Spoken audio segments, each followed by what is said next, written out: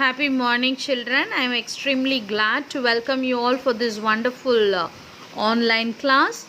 I am very glad that you have completed your exams and now we are moving into our next lesson.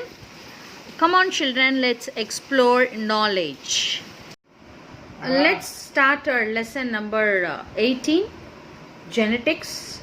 So genetics is very important lesson with modern need and necessity. In this lesson, we'll be discussing about Mendelian's law, difference between phenotype and genotype, process of monohybrid and dihybrid cross, and differentiate between chromosome, DNA, genes. Then we will understand the structure of chromosome and classify chromosome on the position of centromeres and understand the structure and replication of DNA, and we will be able to define mutation and classify chromosomal and gene mutation, and finally identify the chromosomal abnormality of Down syndrome. So altogether we have some 9 topics to be discussed in this lesson. At the end of the lesson, I hope you will understand all these 9 topics. Now let's go about what is genetics, what is a gene. Okay, we know that inherit characters from one generation to the another.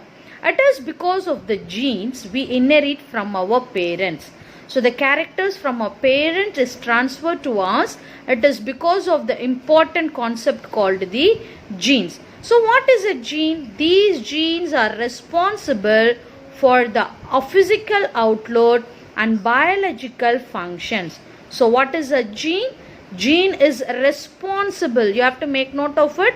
They are responsible for the physical outlook and biological functions. The branch of biology that deals with the gene is called the genetics. As we studied mycology, phycology, virology. Similarly, the particular branch of science which deals with genes, its variations and heredity, it is called as the genetics. So now you would have understood what is genetics. The lesson topic genetic is nothing but study about, what are you going to study? Study about the gene, the inheritance and the genetic variation. So it is a study about genes, genetic variations and the heredity of an organism. So with this, let's start our lesson. First, let's know about a person called Richard Johann Mendel. He is called the father of genetics. This person, Mendel, was born in 1822. He is an Australian monk. He is the one who discovered basic principles with his experiment. Okay, let's see what are the contribution he has done from the field. He has taken a plant called Pisum sativum. So this Pisum sativum he has chosen because it has got 7 contrasting characters. You can see stem length, flower position, flower color, pod shape, pod color, seed shape, seed color. All have a contrasting characters, dominant character and the recessive characters. If you take stem length, long, short, flower position, axillary, terminal. So as all Pisum sativum, that is a pea plant, has got 7 contrasting characters. Because of this, his experiment was very success. We can learn the reasons for its success. One is, it is naturally self-pollinating. This pea plant is naturally self-pollinating. So, it rose pure breeding. There was no contaminations. All were of pure breeding. The second is, it had a short lifespan. So very easily we can go with the different types of cultivation, and it is possible to follow several generations, and it is easy to cross pollinate and is deeply defined contrasting characters, and the flowers are bisexual. So these are the reasons for the success for Mendel's selecting the Pisum sativum. Now let's go with the monohybrid cross. We will discuss that now. Let's start with our first cross, that is monohybrid cross. We are going to take a single character, that is stem length of the stem. Okay, this has got 2 traits. One is going to be capital T, another one is denoted by small t. We call this capital T as the tall trait for tall. And this one small t is called as the dwarf trait. Okay, I've shown it with capital letter and the small letter. This capital letter indicates that the plant is having a dominant character. It is dominant. It is exhibited the most. And this one is shown as the recessive character. Is it clear? It is shown as a recessive character.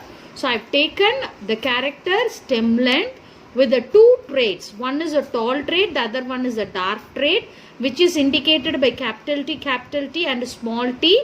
Small t, capital T is showing the tall character, which is dominant, and the small t is showing the dwarf character, which is recessive.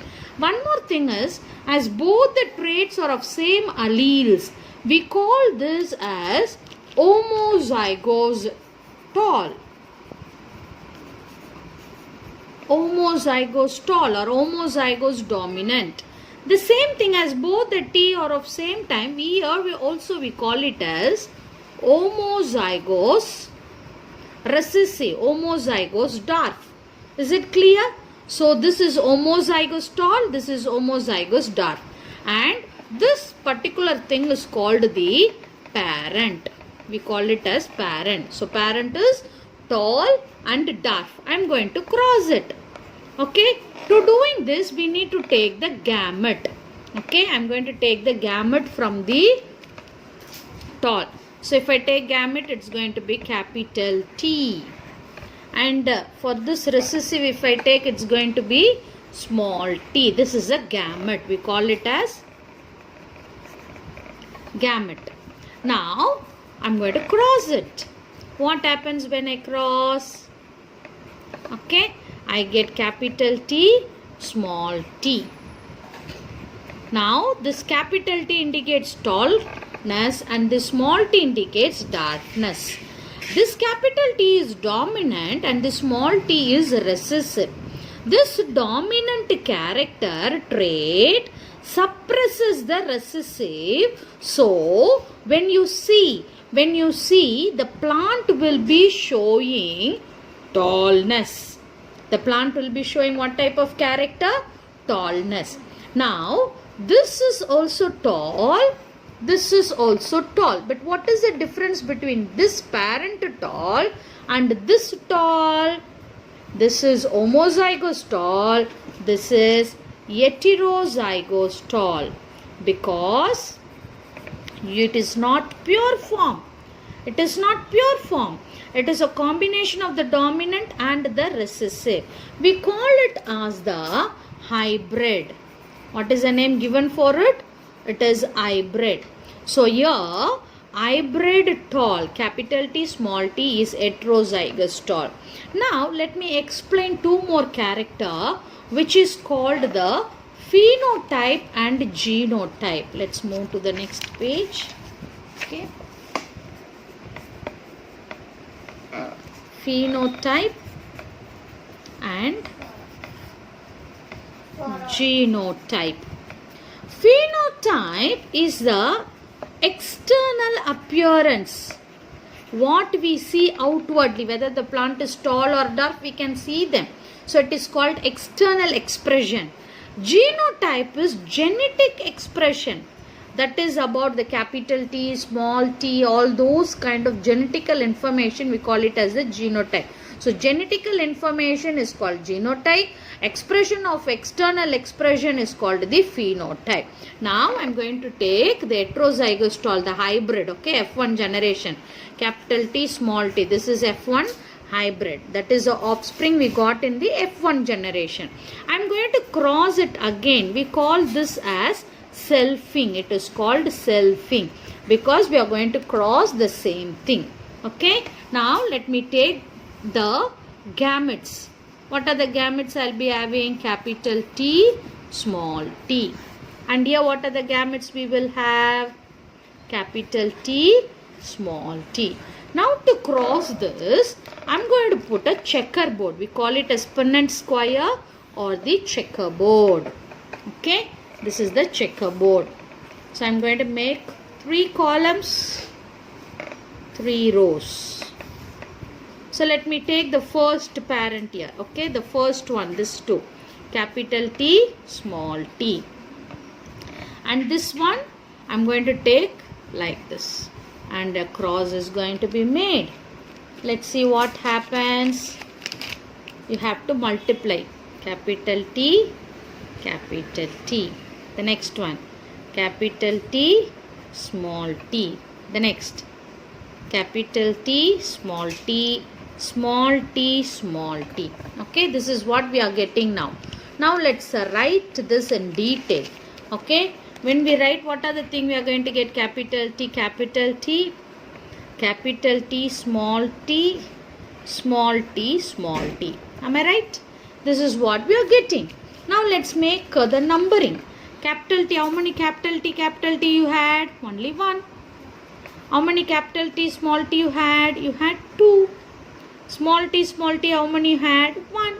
Okay, this is the genotypic ratio. We call it as the genotypic because we calculated using the genes, that is capital T and small t. Now let's make the phenotypic calculation. Now, as we said, already knew, this is homozygous tall. This is heterozygous tall, where the small t is suppressed. Again, this is heterozygous tall, and this is dwarf. So when you see the phenotypic character, that is the external appearance, how many tall you have? 3 tall. And how many dwarf you have? 1. So this is what we call is monohybrid cross. The monohybrid ratio is 3:1. What does the 3 indicate here? 3 tall is to 1 dwarf. So this is what your dwarf. This is what your monohybrid cross is calculated. Okay, children. Let's move to our next cross, that is our dihybrid cross. In dihybrid cross, we are going to cross 2 characters. In the previous monohybrid, we have taken the length of the stem, but here we are going to take the seed shape of the seed and the color of the seed. Okay, color of the seed. So this is what we are going to take as a crossing material. Let's see the seed shape. The dominant character is going to be round and the recessive is going to be wrinkled, which will be just shrunken, wrinkled. So here this is going to be the dominant one, the other one will be recessive. The second one dominant color is yellow and the recessive color is going to be green. So we have taken 2 contrasting characters. That is, we are going to cross the sheet shape with the seed color. Let me give the genotypes of all these characters. Okay, the round is denoted by capital R, which is round. And the wrinkled, as it's going to be a recessive one, it's denoted by small r. And coming to the color, okay, yellow is dominant, so it's going to be denoted by capital Y. Okay, and the green is a recessive character. It is denoted by small y. Is it clear? So capital R is dominant character, round. Small r is wrinkled. Yellow dominant is capital Y, and green is the recessive character, which is given by small y. Now we are going to cross the first generation. Let's take the parent. We are going to cross the parent with the dominant character capital R, capital Y, with the recessive character small r, small y. I believe you all knew what it would be. Capital R indicates round seed with yellow color. So we have taken both the dominant character. And here smaller indicates wrinkled seed with green color. Okay. So this is what we have taken now. Now as we cross it, what happens? The next step we have to take is the gametes. We have to take down the gametes. When you take this capital R, capital Y, what would be the gamete for this? Capital R, capital Y is the gamete for here. Similarly for small r, small y, the gamete is small y, small r. So we have taken the gamete and we are going to cross. When you cross this, you get capital R, small r, capital Y, small y.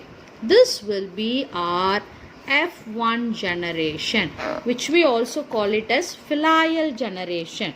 So F1 generation or F1 offspring. So we have come to the first half of our dihybrid cross. Okay, we have crossed the dominant with the recessive and we have taken the gamete and the result product is it. Now we will see what happens in the second generation. I am going to again cross it. Capital R, small r, capital Y, small y. This is the F1 hybrid which we got now in the previous one. F1 hybrid. I am going to self it. Selfing has to take place. So capital R, small r, capital Y, small y. So I am going to self it. So when I do the selfing, I need to take up the gametes. What are the gamete I will be getting for this? I will be having capital R, capital Y, capital R, small y, small r, capital Y, small r, small y. So I will be having 4 different gametes for the first parent. Similarly, the same kind of 4 gametes I will be having for the second. Capital R, capital Y, capital R, small y, small r, capital Y, small y, small r. Children, did you understand how these things are coming out? So I am going to make a, first is I am taking the color. In all the things I am taking the shape. Round, wrinkled. Round, wrinkled. The second one I am taking the color, that is yellow green, yellow green. So this is how we have segregated the character. Now we are going to cross. For making up this cross, we need to draw the checkerboard. Again a Punnett square. Here we will be having 5 columns and 5 rows.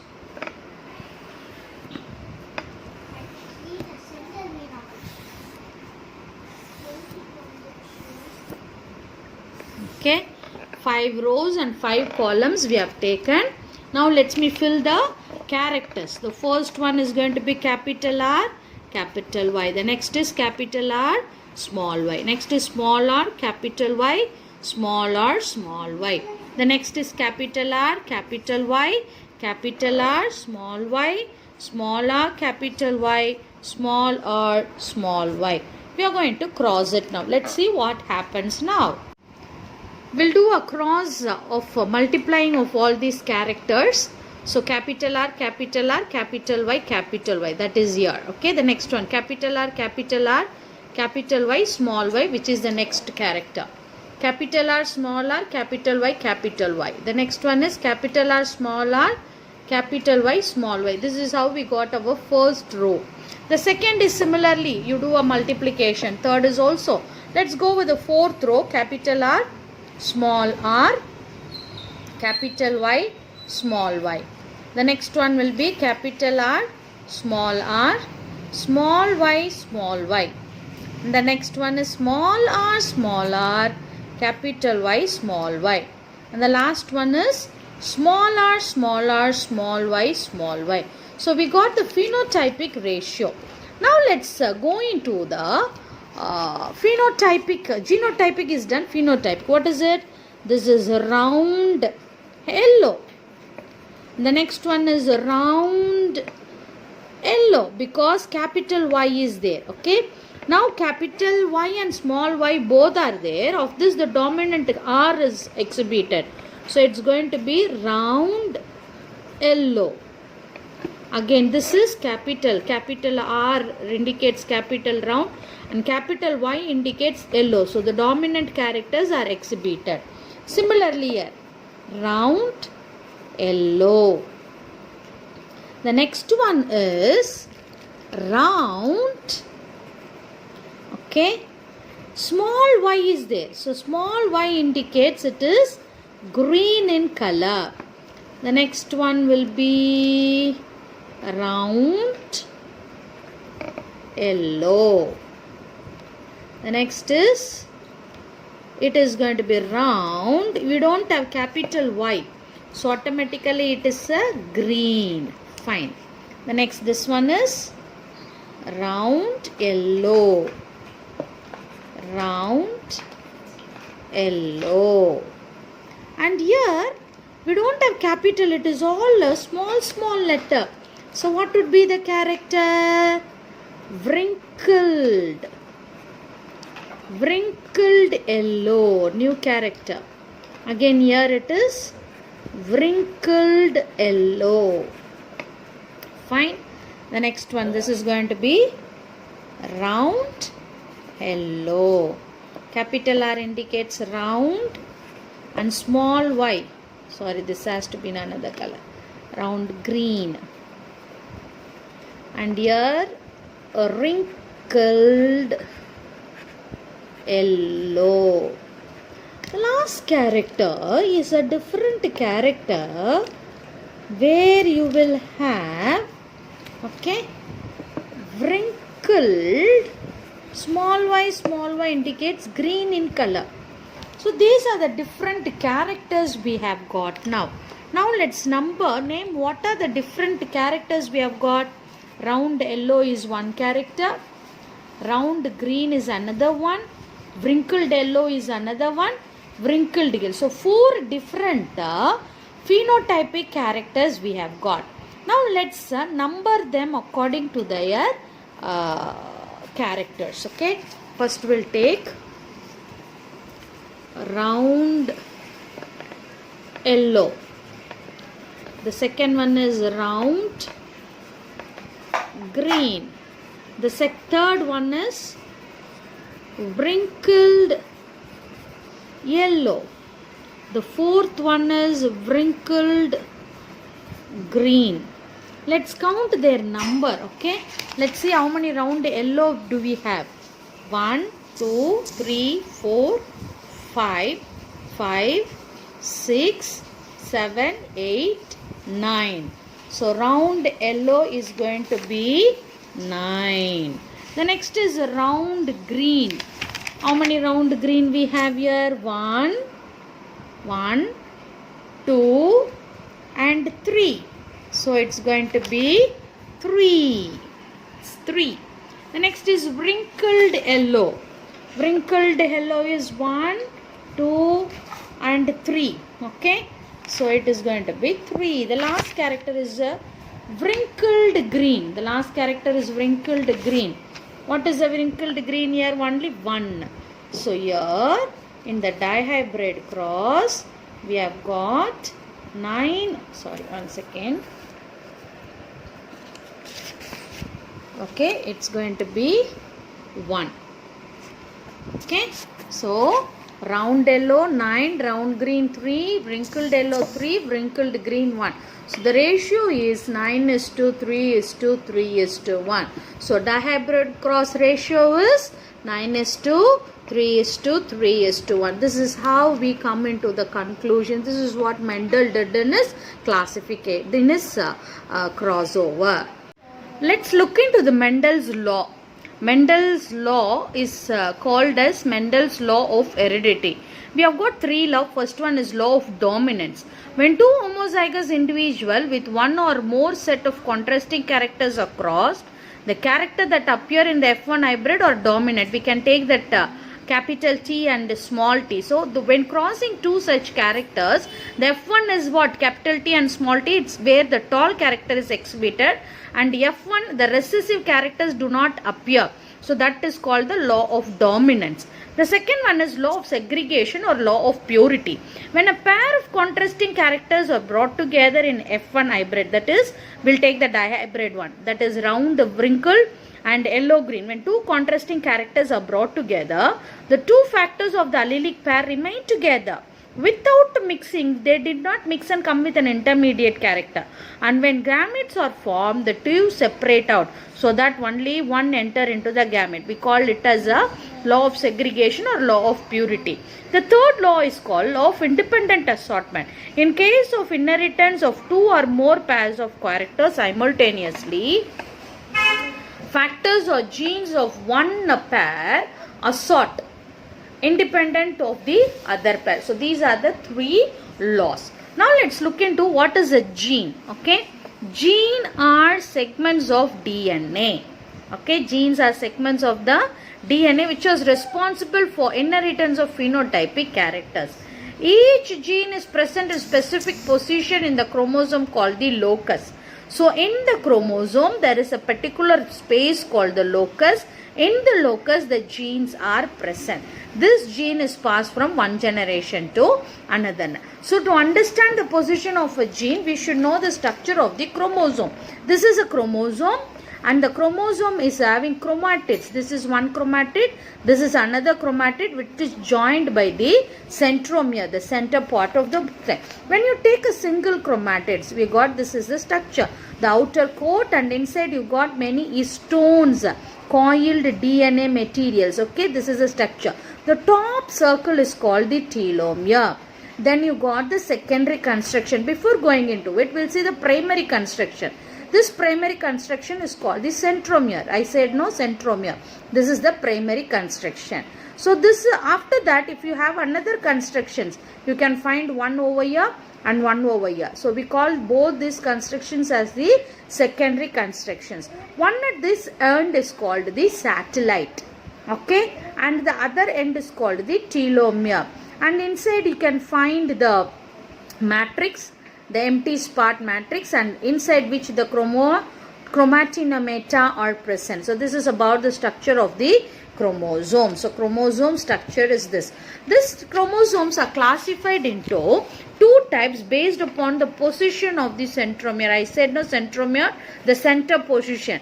This is called the centromere. If the centromere is present at the tip of the chromosome, it is called telocentric. If it is present in a chromosome, dividing the arms into two unequal arms. One is long arm, the other one is short arm. So this division, which is dividing it into two unequal arms, is called as acrocentric. And in submetacentric, this is also unequal arms. This is short arm, this is long arm, but when seeing it looks like an inverted L. So it is called submetacentric. When the centromere divides the arms into equal arms, you can see the length is equal, which is called it as metacentric. So based upon the position of the centromere, it is classified as telocentric, acrocentric, submetacentric and metacentric. Now based upon the function, okay, it is classified into autosomes and allosomes.